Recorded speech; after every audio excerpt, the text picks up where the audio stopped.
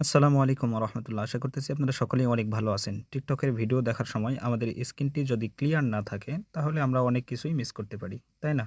I mean ছবি, লেখা সহ বিভিন্ন কর্নারের অনেক কিছু থাকে যা দেখতে পাই না। তাই আজকে আমি আপনাদের টিকটকের এই অজানা একটি সেটিংস এই সম্পর্কে বিস্তারিত দেখাবো।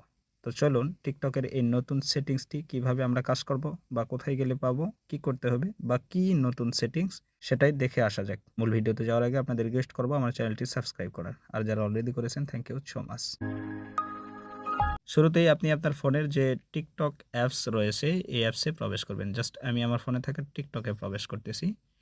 এই প্রবেশ করার পরে আমরা যখন এই যে দেখেন একটা ভিডিও চলতেছে, তাই না? জাস্ট এই ভিডিওটা আমি সাউন্ডটা কমাই দিলাম। এই ভিডিওটার উপরে এইভাবে চাপ দিয়ে ধরে থাকবো। ভিডিওর ডিসপ্লেতে মাঝখানে এইভাবে চাপ দিয়ে ধরে থাকবো।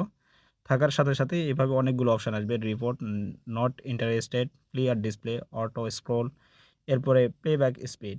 এখান থেকে আপনি এই যে ক্লিয়ার ডিসপ্লে জাস্ট এটাতে ক্লিক করলে দেখেন ডিসপ্লেটা কিন্তু পুরোপুরি ক্লিয়ার হয়ে গেছে। মানে এই যে লাইকের অপশান থাকতো, কমেন্টের অপশান থাকতো, শেয়ারের অপশান থাকতো, আরও অনেকগুলো অপশান থাকে না?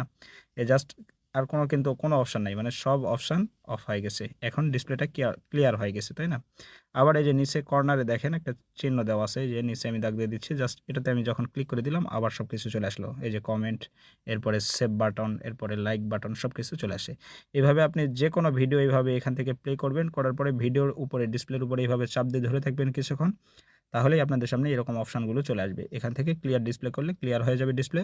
আবার নিচে যে অপশান আছে এখানে ক্লিক করলে ডিসপ্লেতে আবার লাইক, কমেন্টের সমস্ত বাটনগুলো আবার চলে আসবে লেখাসহ।